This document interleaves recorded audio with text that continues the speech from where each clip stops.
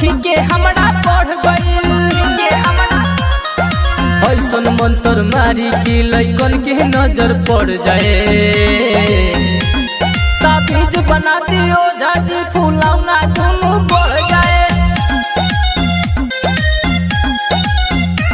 निकली जब घर से बहरी तो लइकन के नजर गड़ जाए।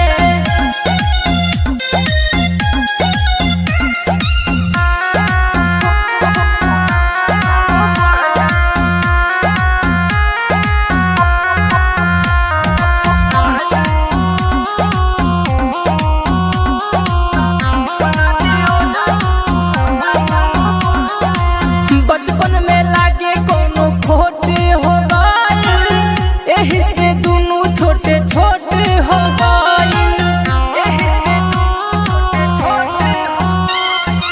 सामु सबेरे 160 भी कइनी, चोली के भीतर का रवायत भी धइनी।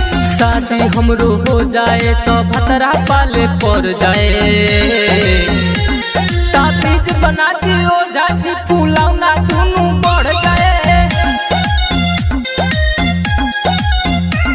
जब घर से बहरी निकली तो लइकन के नजर पड़ जाए।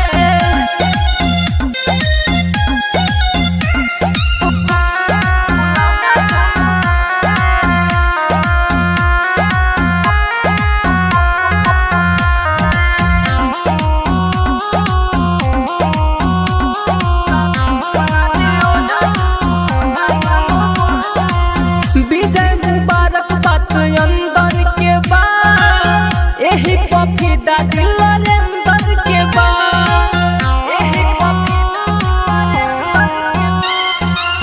बिट्टू मुबारक बात अंदर के बा, एही पे दिल राजू राना के बा। ऐसन जुगना कदी की आपस में दुनू लड़ जाए। ताबीज बना दियो झाजी फुलौना दुनू बढ़ जाए।